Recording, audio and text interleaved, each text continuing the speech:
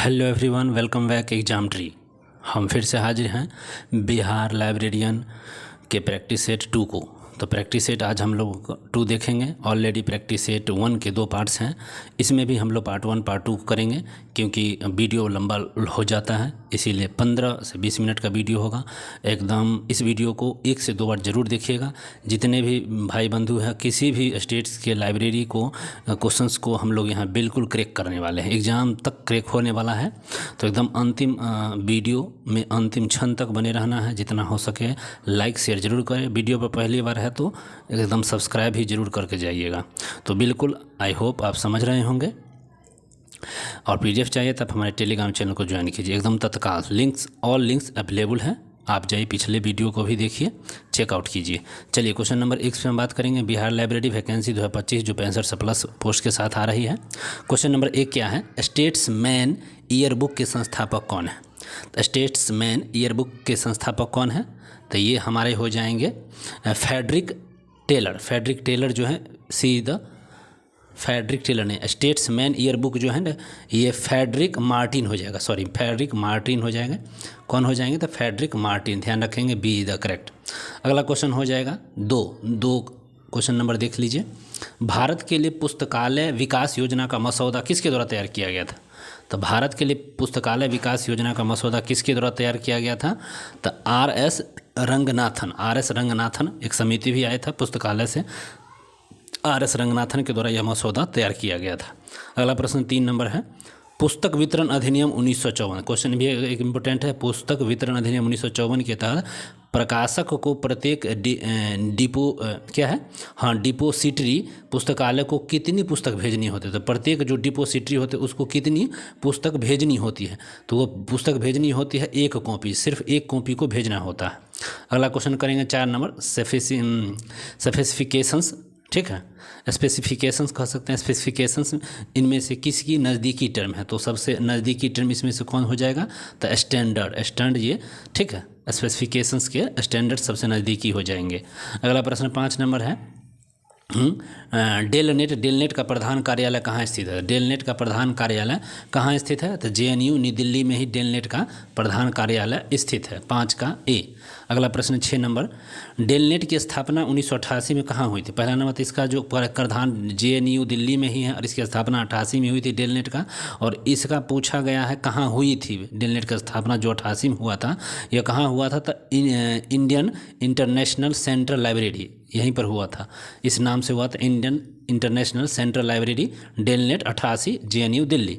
अगला क्वेश्चन देख लीजिए 7 नंबर। एक पुस्तकालय जो कानून के द्वारा प्रकाशित प्रत्येक पुस्तक की एक निःशुल्क प्रति प्राप्त करने का हकदार है, वह क्या कहलाता है? तो वह कहलाता है डिपोजिटरी लाइब्रेरी, ठीक है, डिपोजिटरी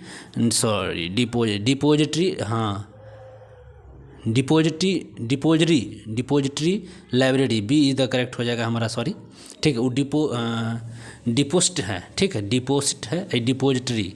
अगला क्वेश्चन 8 नंबर देखिए। वह पुस्तकालय जो समाज के सभी सदस्यों के उम्र, लिंग, जाति और पंथ के भेदभाव के बिना सेवा प्रदान करता है। कोई इसमें नहीं लिंग, उम्र, जाति और पंथ आना चाहिए और फिर भी इसे सुविधा दिया जाती है। तो इसका हो जाएगा पब्लिक लाइब्रेरी, जिसको बोलते हैं पब्लिक लाइब्रेरी। 8 का B is the correct answer. अगला क्वेश्चन 9 नंबर देखिए।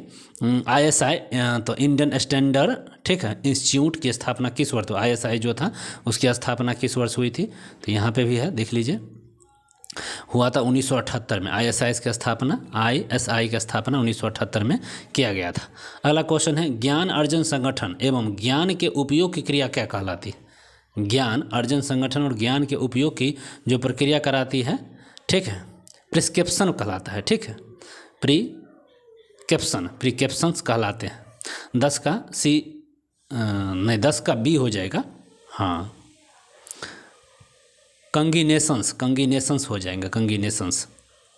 चलिए 11 नंबर क्वेश्चन देख लीजिए, 10 का बी था।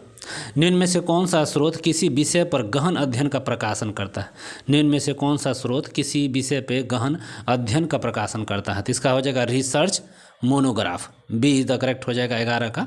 अगला क्वेश्चन है 12। ISI इंडियन स्टैंडर्ड इंस्टीट्यूट का नाम बदलकर BSI bureau of Indian standard कर दिया गया था। ये किस 78 में स्थापना हुआ, फिर इसका नाम चेंज कर दिया गया 1987 में। 1987 में यह कार्य किया गया, नाम चेंज कर ISI को BSI बना दिया गया। अगला प्रश्न 13 नंबर है, किसी संस्था द्वारा अपने कर्मचारी, ग्राहक और सदस्यों के लिए प्रकाशित पत्रिका कहलाती है। तो क्या कहलाती है पत्रिका? तो हाउस जर्नल, ठीक है, हाउस जर्नल कहलाता है। 13 का D हो जाएगा। नेक्स्ट क्वेश्चन है 14, डेटा को पूर्ण निर्धारित क्रम में व्यवस्थित करना कहलाता है। तो डेटा को पूर्ण निर्धारित करने के क्रम में व्यवस्थित करना कहलाता है। तो क्या कहलाता है? तो क्लासीफाइंग, ठीक है, क्लासीफाइंग कहलाता है। 14 का C नहीं, प्रोसेसिंग होना चाहिए, क्लासीफाइंग तो इसमें होगा नहीं, प्रोसेसिंग होगा, सॉरी। तो डेटा को पूर्ण निर्धारण क्रम में व्यवस्थित करना कहलाएगा प्रोसेसिंग। चलिए अगला प्रश्न है 15 नंबर, कंप्यूटर शब्दावली का उपयोग बग का अर्थ क्या है? तो कंप्यूटर शब्दावली का जो उपयोग है उसमें बग का अर्थ होता है प्रोग्राम ईरर, ठीक है, प्रोग्राम ईरर। अगला प्रश्न है 16, ठीक है, इरनेट का फुल फॉर्म क्या हो जाएगा? ERNET, इरनेट का जो फुल फॉर्म है तो देख, एजुकेशन एंड रिसर्च नेटवर्क, यही D हमारा जो करेक्ट आंसर हो जाएगा, एजुकेशन एंड रिसर्च नेटवर्क, ठीक है, इरनेट का फुल फॉर्म है। अगला क्वेश्चन हो जाएगा 17 नंबर क्वेश्चन है, MS ऑफिस इनमें से क्या है? MS ऑफिस जो है इनमें से क्या है? तो MS ऑफिस है एक प्रकार का सॉफ्टवेयर है, MS ऑफिस एक प्रकार का क्या है? तो सॉफ्टवेयर है। अगला प्रश्न हो जाएगा 18 में क्या है? इनफिलिवनेट के मुख्य रूप से किस पुस्तकालय को लिंक करने का प्रावधान है? तो इनफिलिवनेट को मुख्य रूप से किस पुस्तकालय को लिंक करने का प्रावधान है? तो यह हो जाएगा एकेडमिक लाइब्रेरीज के लिंक करने का प्रावधान है। तो 18 का D हो जाएगा। नेक्स्ट क्वेश्चन 19, समीक्षाएं किस प्रकार की सूचना है? समीक्षाएं जो हैं, रिव्यू है, वो किस प्रकार की सूचना है? तो यह सेकेंडरी सोर्स ऑफ इन्फॉर्मेशन है। समीक्षाएं, रिव्यू जो है, यह सेकेंडरी सोर्स ऑफ इन्फॉर्मेशन। 19 का C।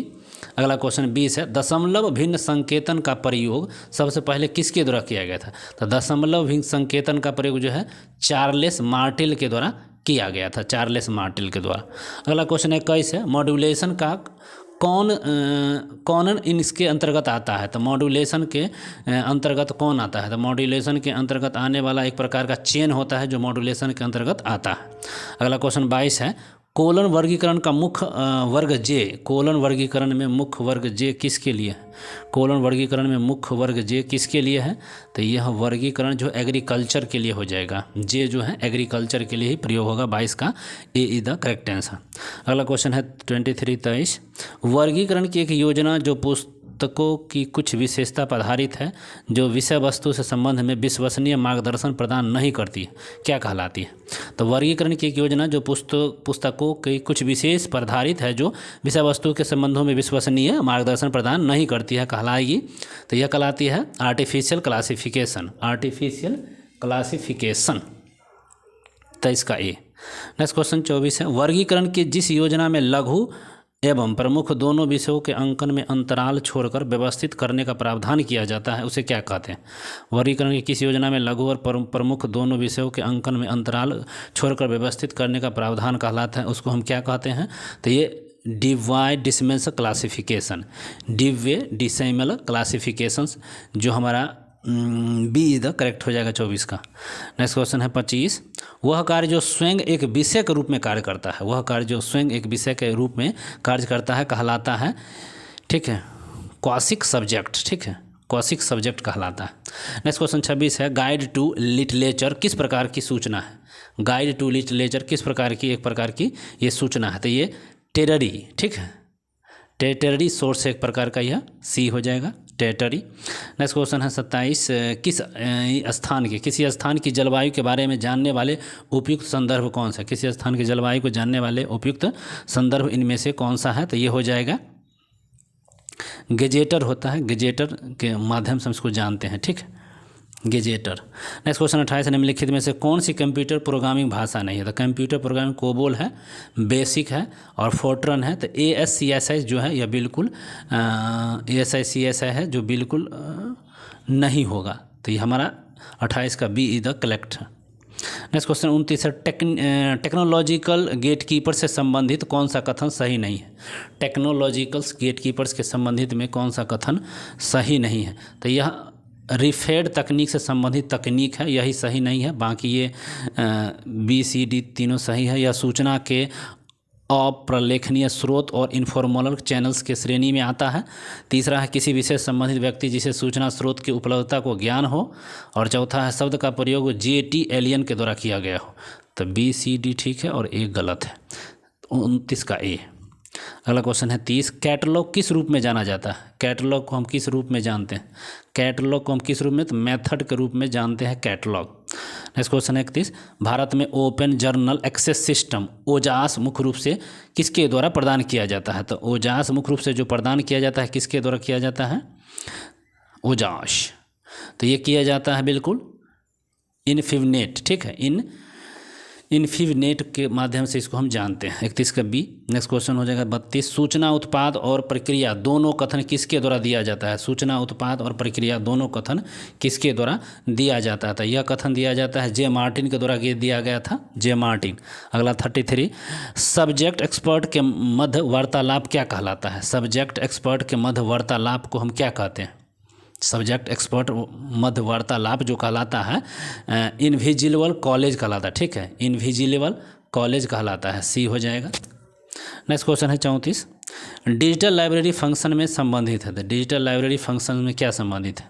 डिजिटल लाइब्रेरी यह हो जाएगा all this category and computing storage and management abstracting and reviewing. तो ये तीनों हो जाएगा। डेटाबेस में शब्दावली किसके द्वारा नियंत्रित होती है? डेटाबेस में शब्दावली जो नियंत्रित होता है both standard and files and authority files, both standard files and authority files के अंतर्गत ये उपयुक्त है। अगला क्वेश्चन है 36, इनविजिलेबल कॉलेज शब्द का प्रयोग सर्वप्रथम 1972 में किसके द्वारा किया गया था?